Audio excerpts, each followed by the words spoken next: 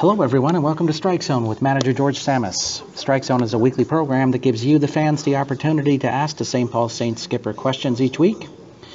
And here is incredible pearls of wisdom related to baseball and other aspects of life. This week we're going to find out some interesting information from George about his perception of players that sign with their heated rivals, which I'm sure would be an interesting fact for many of us to learn about. So let's join us right this week with Strike Zone. Okay, we want to welcome back George this week. So George, let's first of all get an update on transactions and injuries that you have. Ian Gack looks like he's hurt. Is that anything serious? Yes, he hurt his hip diving back into first base in Sioux Falls. Hopefully it's just a couple more days, so we'll see what happens here. But it's just a day-to-day thing with him. And then let's talk about the acquisition of Ryan Lashley. And we were short position players, and he was available. We were going to sign him earlier, but he had the hamstring injury and he wasn't ready to go. So, but we've been playing with one guy on the bench for a long time and getting away with it most of the time. So, but we needed another infielder, so we brought him in here, and he's doing a good job out there. He's had some big hits right off. So. Yeah, he's got a couple of hits and he plays a good third base, and but again though, we needed an infielder, and once Gack gets back, I'm not sure how things will play out with the lineup, but we'll see. We'll take it day to day. Gene from St. Paul would like to know, it seems that Alonzo Harris is always wanting to run when he gets on base. Do you think this is actually hurting him because it seems that he's being caught stealing or picked off more lately? Yeah, he has been getting picked up lately, and he's so fast, and it's his job to steal bases, but he's got to do a better job. And he's so fast, maybe he doesn't have to take as many chances as he does, and he just got to be a smarter base runner, and he's made a few mistakes out there, and hopefully it's the end of the mistakes. Lewis from St. Paul would like to know, your bullpen seems to be really pitching well of late. Do you feel that they're rounding out well for you now? They're doing a very good job, and they've been solid, most of the year. Every team once in a while the bullpen, gives it up, and there's been a couple times this year where they have, but it happens. But I'm very happy with what they've been doing. Maggie from St. Paul would like to know, what's the deal with the guys in the bullpen having beards? I don't even know. I don't even notice, really. They have one. It's as long as it doesn't get too bad. If it's too bad and too big, then I would say something. But as of now, they're fine. Alan from Minneapolis, and let's hope this is Alan Oaks, but would like to know what Alan Oaks is doing since being released, if you do. He signed in the Frontier League, and the last I saw, he was in the Frontier League. And his stuff's okay too. He's a decent fastball and a good breaking ball, and he struggled a little bit here, and plus we had too many pitchers, so he just happened to be the one to go. But his stuff is decent. Tim from Chanhassen would like to know, does it amaze you how well your team has played defensively when you've had to make so many changes, especially at third base?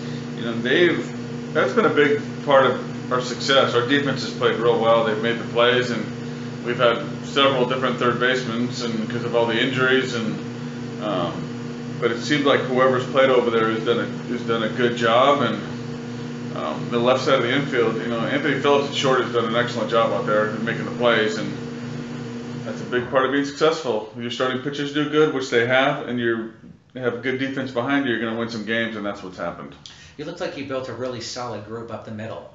Phillips, Keselowski, Harris. Well, we know Alonzo Harris is an excellent center fielder, and we know does a good job out there. And Anthony Phillips, when we got him, we didn't know what we were going to get, but he's played a great defense. And Keselowski, the reason he's here is because Sam Moss got hurt, and but defensively, he's as solid as anybody. He makes the plays, and he turns a double play at second base faster than anybody I've seen. Plus, good catching core too to help out. Absolutely, it's and we can improve there too, though. The catchers do a good job. Both guys are it's great to have both guys, but we still could do a better job back there. Sal from Fridley would like to know, what do you think you've made as the cornerstone of your team? Like some people focus on starting pitching or defense. What is the focus or the cornerstone of yours? You know what? You go after the best possible players you can. This year we tried to get more speed, and we feel we have a couple guys at the top of the order that can run. But the starting pitching and the defense, like I said before, has been solid, and that's what's getting it done, and we're getting some timely hitting. So, people say we need to have good pitching. Well, you know what? You need to have good pitching, you need to have good defense, and you need to have timely hitting. And this team has done that, and we just need to keep all three of those aspects going.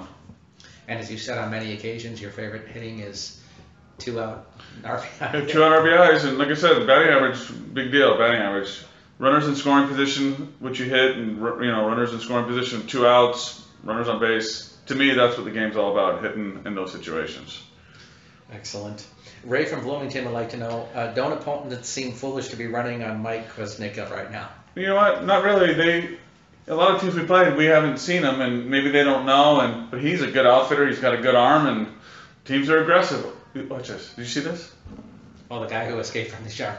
Yeah. Watch the shark hit him. How about the shark hit him in the face? How about that? Look at that, huh? Isn't that something else? Watch the shark hit him in the face. How about that? Is that something? And he kept his cool about that. That is something else. Okay, I'm sorry, I just saw it. No reason to apologize. Mike Kwasnicka. Yeah, he's done a good job out in the outfield, and he throws well, and all three outfielders throw well. We have a solid outfield, and they track balls good, and they run balls down, and they throw well. So it's good to have a good outfield like that. And I don't remember the last time we had 3 solid outfielders that were good all the way around, and we have 3 good ones. I think you have like 22 outfield assists already this season. Oh, is that what it is? Well, yeah, that's quite pretty good. They do a good job, and it's nice to have, because when you sign these guys in the offseason, you really haven't seen, in most cases, you haven't seen them play. You just hope you get good guys, and sometimes it works out, sometimes it doesn't. But this year, we have 3 good ones. Do you ever get a chance to look at somebody prior to them in some way or another? Sometimes. You may have seen them on other teams and when you play them, but that's really about it. But then you can look them up and see how they did, and you can see how many assists they had. But you have to go on words from other people if you haven't seen them, because it's not like you see these guys play much. Interesting. Let's see. Steve from Bloomington would like to know, do you find yourself more impressed with the skill level of players on your team or the personality of the players? Both. We have, like I told you before, we have the right guys, a good group of guys that are here to win, not here just to show up and go through the motions. Because over the years, we've had some guys that are just show up, play the game, and winning really wasn't that important to them. But these guys, they're here to win, and had some good players. Like we were talking about, we're solid defensively up the middle. The outfitters are good, and timely hitting. So, but the guys on this team, top to bottom, we may not have the most talented guys, but we have the right guys.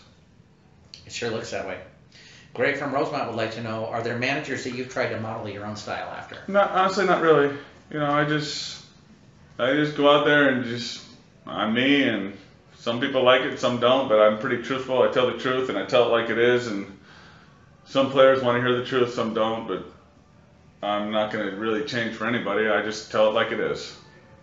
Mike from Minneapolis would like to know, he's surprised that more visiting teams don't simply bunt to start out the 11th inning when they have their runner starting out at second base, so they score first and then turn to their closer.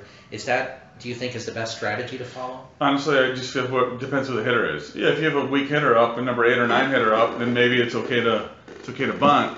But if you have one of your best guys up, you're not going to bunt. You're going to swing it, and we have to remember that we start with a guy on second base as well in the bottom of the inning too. So it just depends who the hitter is. If you have a good hitter up, I personally think you should swing away, but maybe the bottom of the order guy that's really not hitting well, or a guy that's struggling, then maybe bunt him over.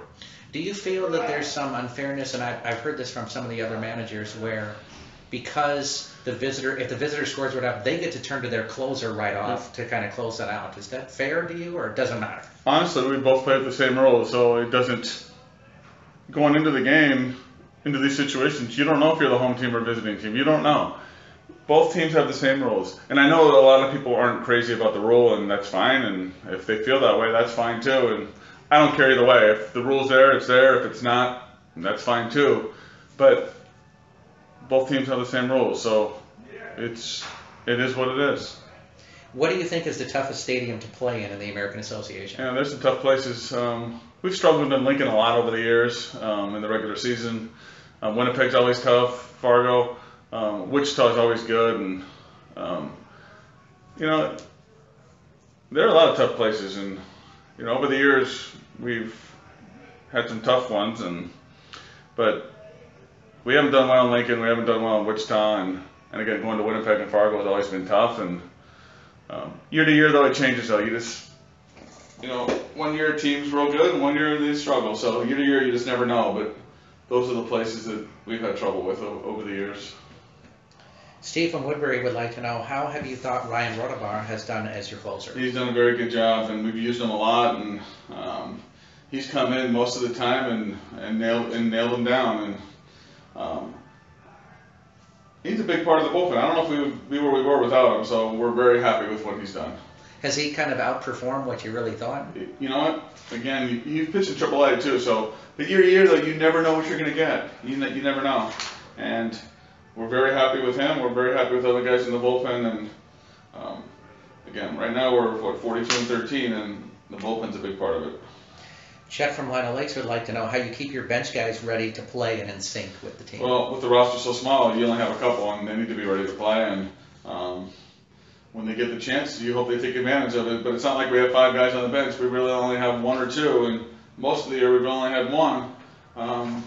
So they just need to be ready to play, and you try to get them in there as much as you can, but sometimes it doesn't work out that way. Michael from Andover asked, and this is a question I've always been kind of curious about, with players jumping from team to team with free agency, wouldn't there be kind of a limits on a team a player might join? Like, for example, why would a guy play for the Red Sox and then join the Yankees, or play for the Packers and then join the Vikings? You know what? And the rest of that question, doesn't that just seem wrong? I couldn't agree with that more. Fans are loyal over the year. You have Vikings fans and Twins fans. They're going to be Vikings fans and Twins fans. They're not going to jump teams. And it just seems like that's the way the world works today, where in any sport, players jump to different teams. And as much as I love Brett Favre on the Vikings, he didn't belong there. As much as Johnny Damon was on the Red Sox, he went to the Yankees, and Ellsbury, Red Sox, the Yankees. I'm not a fan of the guys changing teams. To me, that's honestly, when you see that over the years, it's like I don't really care to have a favorite team, because guys switch teams all the time, and I really don't. I understand the business part of it. You can't blame them. They take the best deal, and you can't blame them at all. But me as a fan, it's like I don't care as much as I used to when I was growing up. When I grew up in California, I was a big San Francisco Giants fan, and I cared so much. But now over the last several years, it's like I don't really care as much, because guys switch teams all the time, and I'm really not a fan of that. I know growing up in the Bay Area too, I couldn't have imagined Oral Hershiser becoming a Giant. Right? Kind of You know what I'm saying? something. It just, and this question, doesn't that just seem wrong? Yeah, I know it's the business part of it. Yeah, and that's the way the world works. But yeah, it does seem wrong. And I'm not a fan of it, and maybe that's why in the big leagues or in the NFL, whoever wins, it's like, oh well, because how can you have a favorite team when guys switch teams all the time? I'm with you on that one.